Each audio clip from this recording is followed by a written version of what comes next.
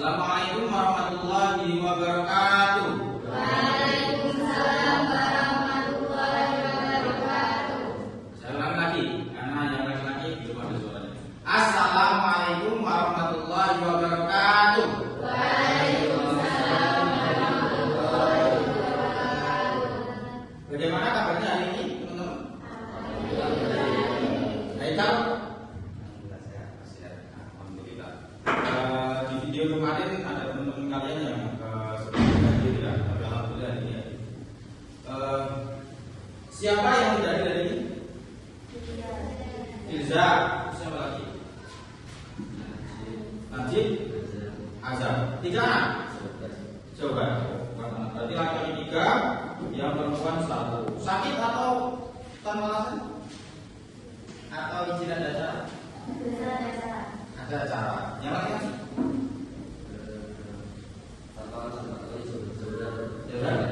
Ada? Baik, semoga nanti yang dari bisa itu. Baik, hari ini kita akan belajar pelajaran apa? Bahasa Indonesia. Kita belajar bahasa Indonesia pada pertemuan di bab 2 ya, di semester 1 ini ya. Kemarin di bab pertama sudah belajar tentang teks laporan dasar observasi ya. Sebelum kita belajar bahasa Indonesia, alangkah baiknya kita berdoa terlebih dahulu. Siapa ketua kelasnya di sini? Fazal. Berarti Fazal yang memimpin doa pada pelajaran siang hari ini. Silakan Fazal berdiri kemudian memimpin doa pelajaran hari ini.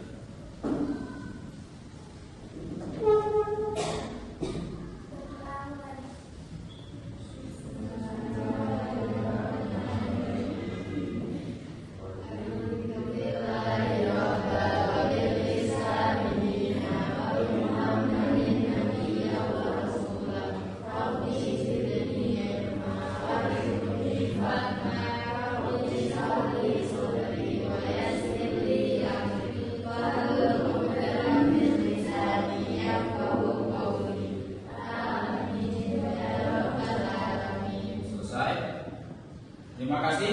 Hari ini kita akan belajar tentang teks anekdot ya. Tetapi sebelum kita belajar tentang teks anekdot, ya, apa itu teks anekdot? Ya. Kita coba mengingat pelajaran kemarin ya. Kita sudah belajar banyak tentang teks laporan hasil observasi. Kira-kira di sini masih ada yang ingat pelajaran kemarin tentang teks laporan hasil observasi? Ya, apa?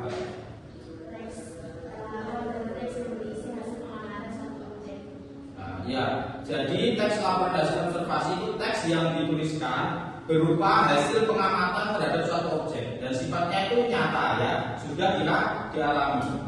Contohnya misal kalian mengamati pohon kelapa. Nah, nanti di dalam pohon kelapa itu kira-kira bijinya ada berapa ya, akarnya seperti apa, kemudian batangnya seperti apa. Ini nanti yang melaporkan ditulis dalam sebuah teks laporan hasil observasi. Berarti masih ada yang ingat.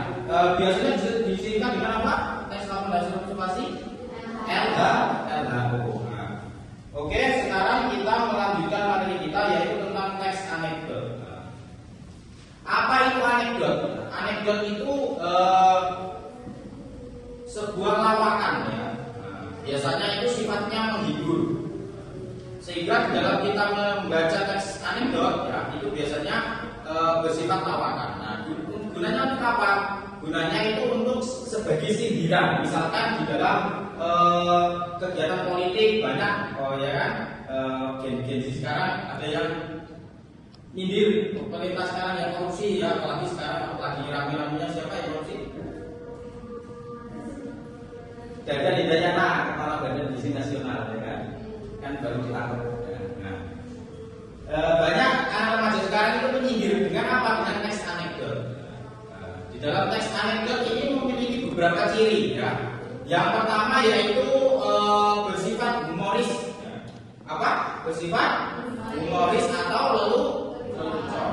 Kemudian yang kedua yaitu biasanya di dalam teks anekdot itu bersifat menggelitik ya. Sekali ada temannya yang coba menjelaskan mengenai membacakan saja sudah ketawa ya kan.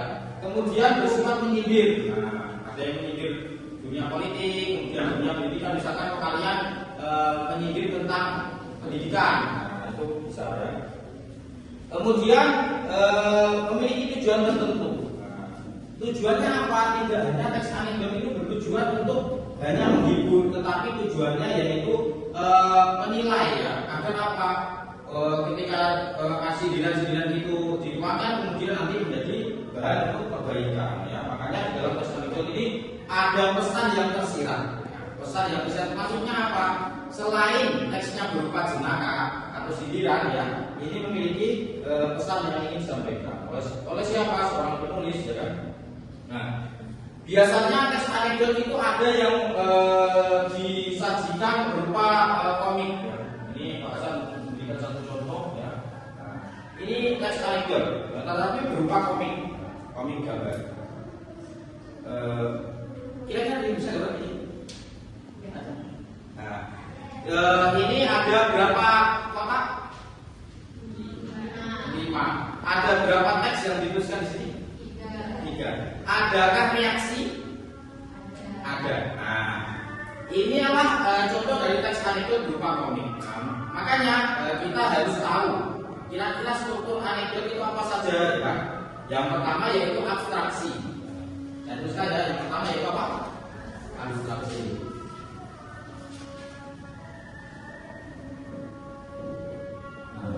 Abstraksi ini berisi awal cerita ya, yang menghubungkan nanti terhadap jalannya cerita teks anekdot ya. Nah, nanti di dalam abstraksi ini akan nyambung ke orientasi ya. Nah, orientasi ini berupa pengenalan jalannya cerita. Latar belakangnya apa? Baik, kalau kamu membuat teks anekdot, kamu pernah nonton seperti kamu? Pernah. Contohnya misalnya, Pak Guru contohkan.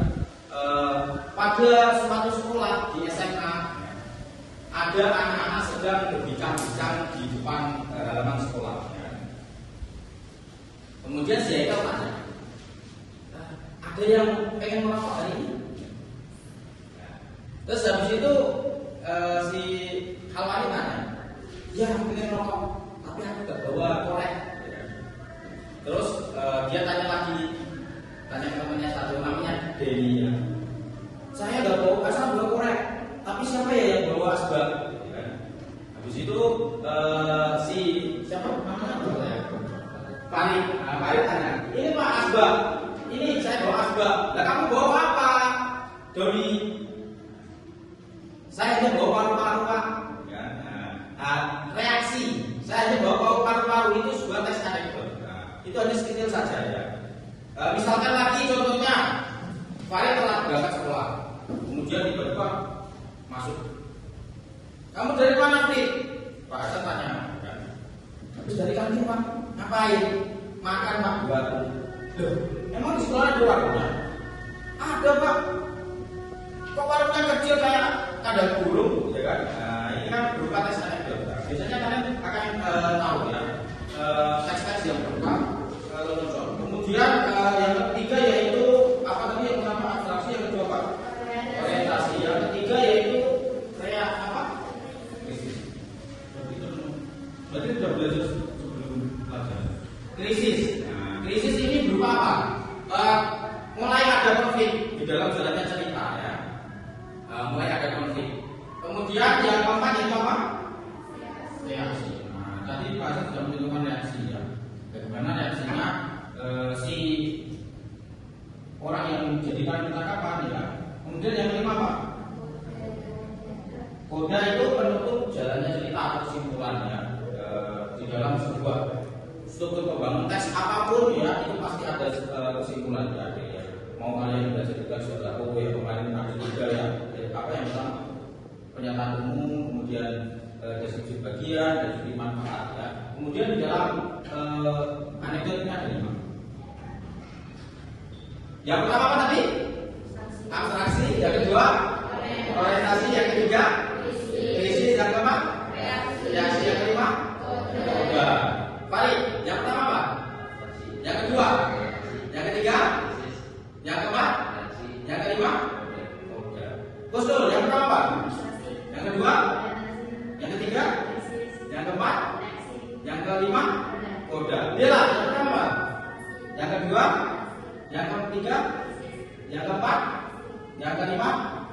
semua sudah paham? Ada 5? Pasti belum paham. Apa? Yang ketiga apa? Krisis. Krisis itu apa? Kalau udah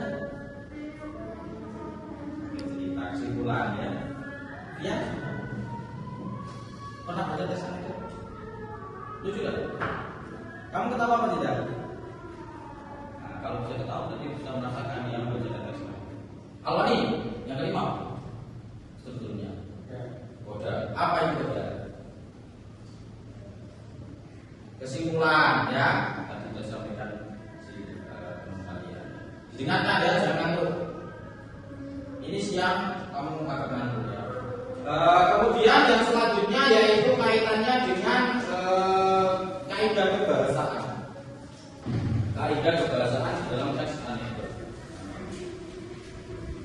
Yang pertama yaitu menggunakan kata keterangan waktu lampau. Yang namanya lampau itu apa saja? Lampau, masa lalu. Contohnya, kamu bisa mencoba. Kemarin saya pergi ke pasar beli jeruk. Itu masalah apa tidak? Ya. Terus ada yang pertama siapa? Keterangan apa? Keterangan waktu lampau. Sudah bisa contohnya lagi. Kemarin di Jepara ada acara pentas seni yang diselenggarakan oleh Dinas Pendidikan, diikuti oleh beberapa sekolah mengikuti lomba. Nah, ini kan masa lampau ya. Kemudian yaitu yang kedua yaitu mengandung pernyataan atau pertanyaan retoris. Nah, pertanyaan retoris itu nggak perlu kalian jawab. Pertanyaan itu nggak perlu dijawab, sudah ada jawabannya. Itu apa? Kamu bisa dulu. Apakah kamu? Apakah air itu minum? Apakah minum itu air?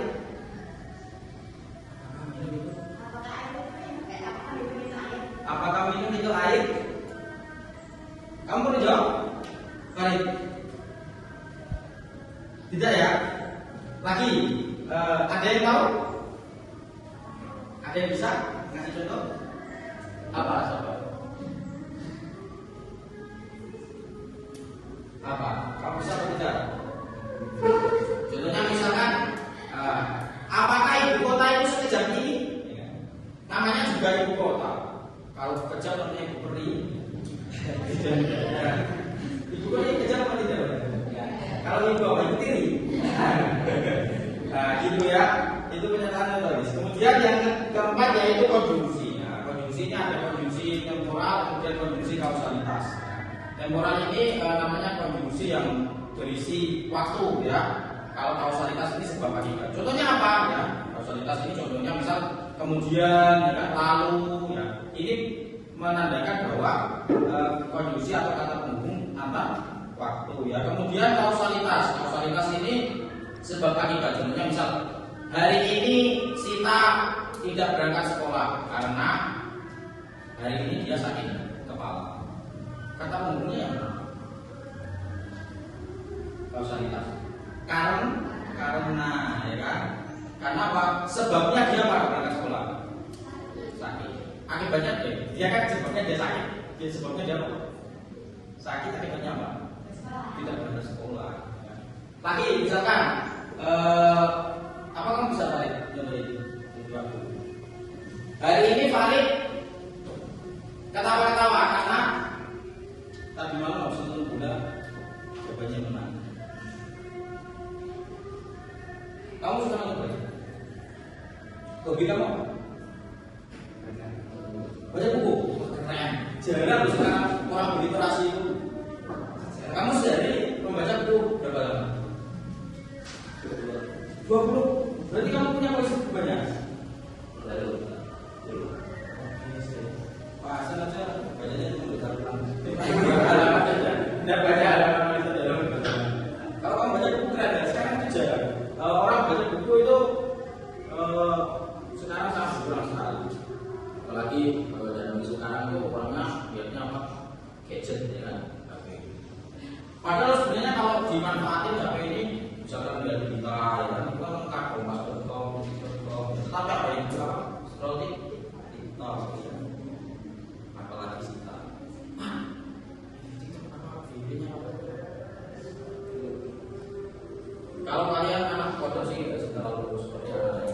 Semoga saja ya, karena pergaulan sekarang semakin menjadi kunci. Yang pertama yaitu kata lampau, yang kedua apa? Pertanyaan retoris, yang ketiga konjungsi kausalitas temporal, yang keempat yaitu apa? Yang keempat yaitu menggunakan kalimat aktif. Kalimat aktif itu ada dua ya. Ada yang transitif, ya kan? Apa?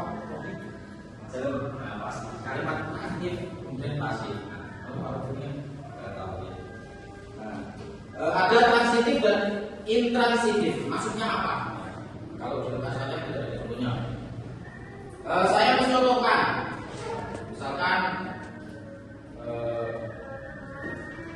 koruptor,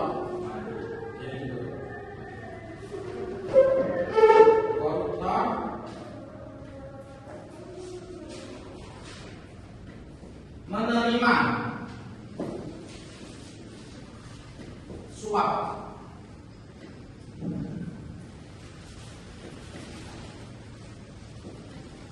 di dalam mobil mewah.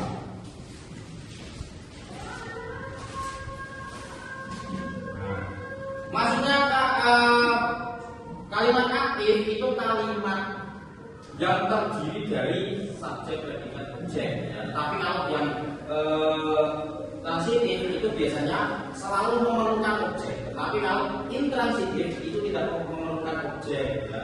Dia biasanya diikuti dengan pelengkap atau keterangan. Bedanya itu.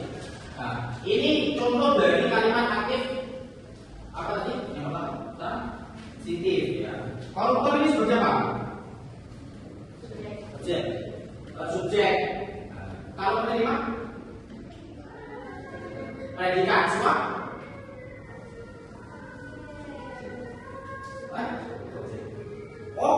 objek sasaran ya kan?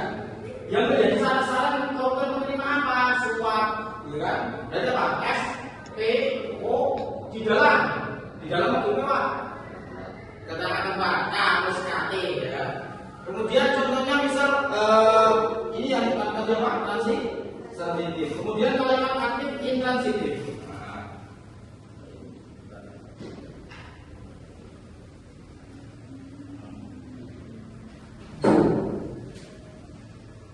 Mendengar hal ini.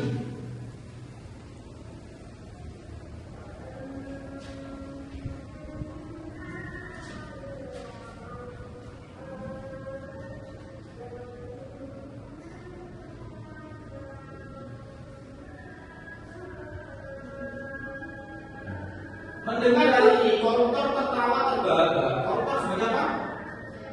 Subjek. Tertawa predikat, terbahak bukan, tidak perlu objek. Apa tadi? Keterangan, ya kan? Jadi apa? SP. Bedanya sama transitif sama intransitif, ya.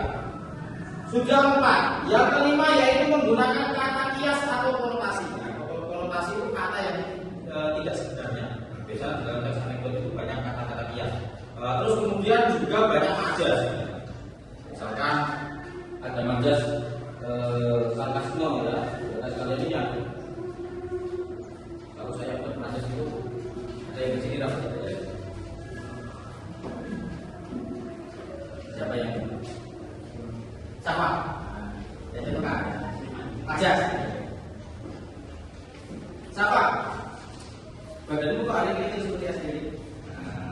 Itu contoh penyindir, tapi apa? Gak sakit hati ya? Kayak asal misalkan di cerita lagi, biasanya bisa cerita apa? Apa? Gitu ya, itu contoh majas lagi. Terus ada juga peribahasa. Contoh peribahasa, kalian tahu? Waktu kecil, waktu SD FMI belajar peribahasa. Wajah itu tidak jauh dari apa? Oh ya, apa itu artinya? Apa?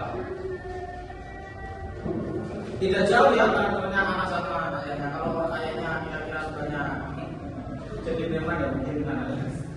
Semoga saja tidak ada. Itu kita ada bahasa ya kan? Terus lagi air beriak tanda-tanda apa ya? Air beriak tanda-tanda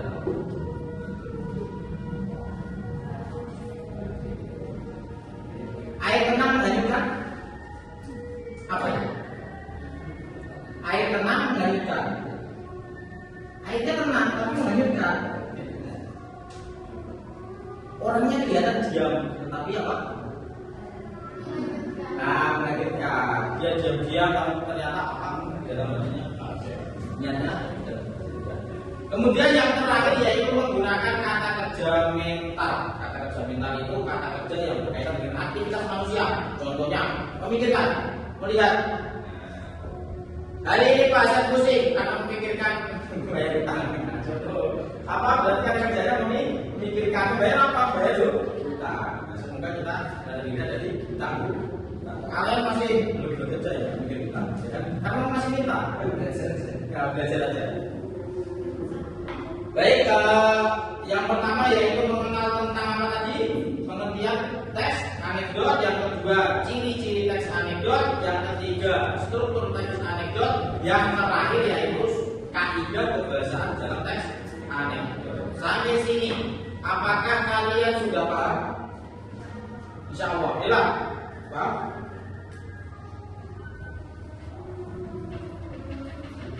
Sudah paham? Kalau sudah paham, kali ini ada tugas kelompok. Saya akan membagikan kelompok yang pertama laki-laki, kemudian perempuan.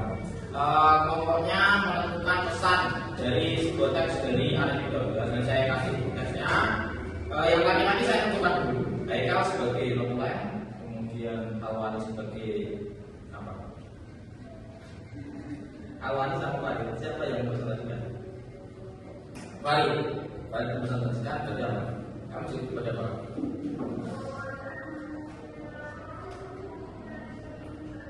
Kamu kerja apa?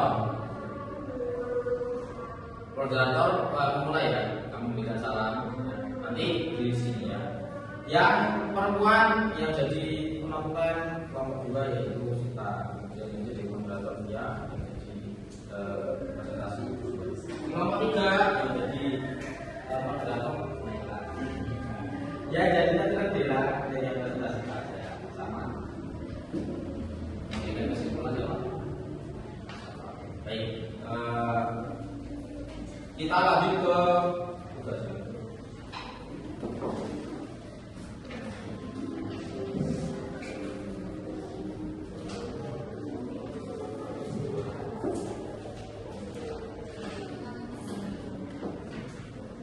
Selesai? Halo? Selesai. Hari ini silakan presentasi yang pertama dari kelompoknya Fajar. Mempresentasikan mereka maju ke depan. Kemudian kelompoknya harus turun, kemudian kelompoknya yang laki-laki. Begitu ya. Silakan dari kelompoknya Fajar dan kawan-kawan untuk mempresentasikan. Siapa yang akan jadi moderator? Kalau berbuat pertama kan ya berarti ada 2 anak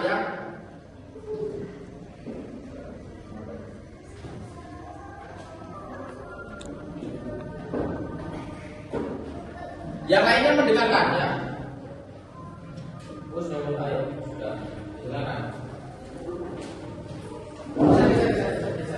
Bisa sini, nggak kelihatan kalau salam dulu ya, kemudian membacakan teks anekdotnya isinya apa, kemudian mana pesan dari teks anekdotnya apa hasilnya, sudah kalian tentukan.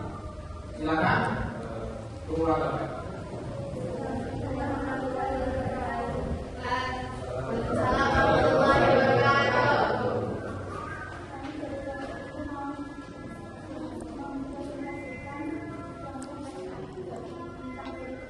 Politik. Silakan.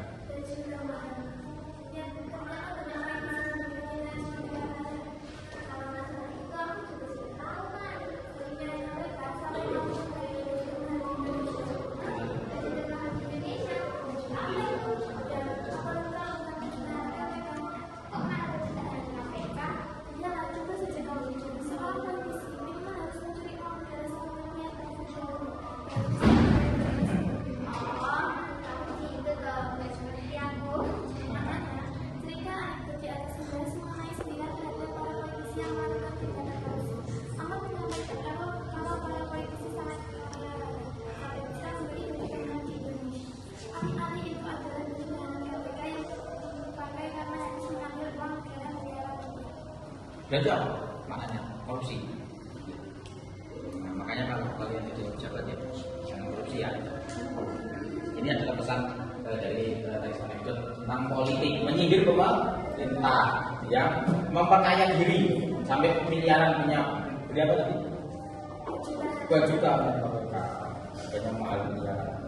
Kemudian dia hanya ditangkap. Oke, terima kasih. Silakan salam dua. Assalamualaikum warahmatullahi wabarakatuh. Terima kasih, teman. Dari silakan kelompok 2 presentasikan hasil dari teks anekdot.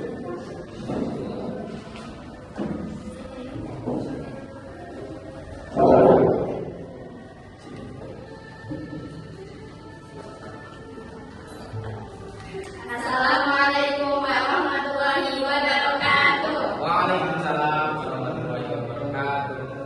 Kami dari kelompok 2 akan mempresentasikan teks anekdot yang berjudul Becak Dilarang Masuk yang akan disampaikan oleh semua. Becak dilarang masuk. Ceritanya, ada tukang becak asal Madura yang pernah dipergoki oleh polisi. Ketika melanggar rambut becak dilarang masuk. Tukang becak itu masuk ke jalan yang ada lampu gambar becak disilang dengan garis hitam, yang berarti jalan itu tidak boleh dimasuki becak. Kamu tidak lihat gambar itu? Itu kan gambar becak tak boleh masuk. Bentak Pak Polisi.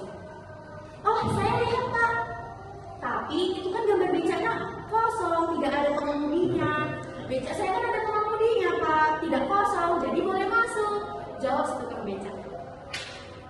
Makna dari anekdot ini, makna tersirat yang bisa dipelajari adalah memahami peraturan, sebagaimana aturan tersebut dibuat.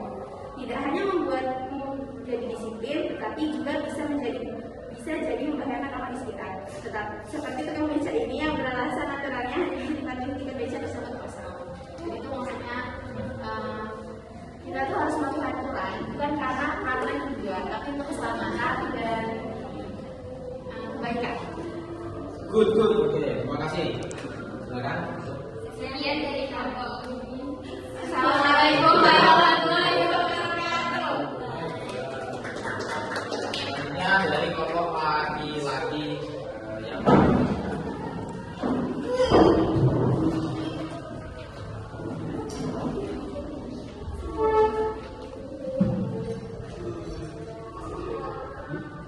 Assalamualaikum warahmatullahi wabarakatuh. Waalaikumsalam warahmatullahi wabarakatuh.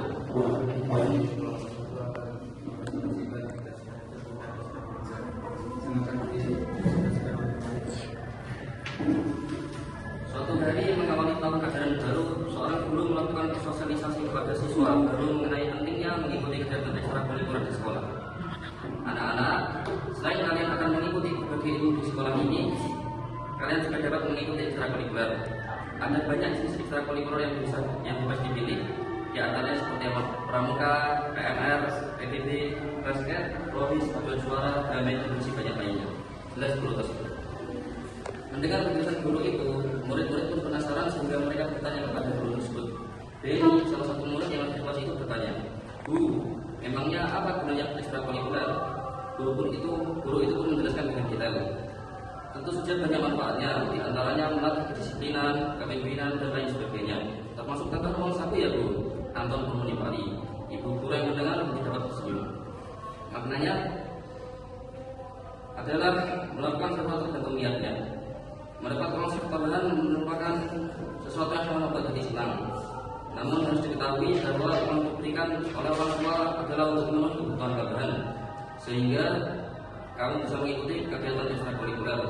Sepatutnya kamu memahami kenapa kamu ingin bergabung dan konsep tambahan yang diberi orang tuamu harus digunakan sedikit mungkin sesuai kebutuhan. Sekian, terima kasih. Wassalamualaikum warahmatullahi wabarakatuh. Waalaikumsalam. Dari kelompok 1 laki-laki, kelompok 2 perempuan, kelompok 3 perempuan sudah mempresentasikan teks anekdot dan sudah menjelaskan beberapa makna dari teks anekdot. Ya. Makanya walaupun di dalam teks anekdot ini berupa sindiran, tetapi ada makna yang ingin disampaikan, yaitu apa? sebagai pesan yang baik ya. Karena di dalam lelucon ini selalu ada pesannya. Kita hari ini pelajarannya sudah selesai ya. Tetapi sebelum selesai, Pak Hasan ingin memberikan kesimpulan akhir ya. Hari ini kita belajar tentang apa? Pengertian teks anekdot. Yang kedua yaitu tentang apa? Ciri-ciri dari teks anekdot. Yang ketiga yaitu tentang struktur dari teks anekdot. Yang keempat yaitu kaidah kebahasaan dalam teks anekdot. Dan sudah diberikan tugas mandiri tadi, kemudian mempresentasikan. Terima kasih. Semoga pelajaran hari ini bermanfaat untuk kita semua. Alangkah baiknya kita akhiri dengan membaca hamdalah bersama-sama.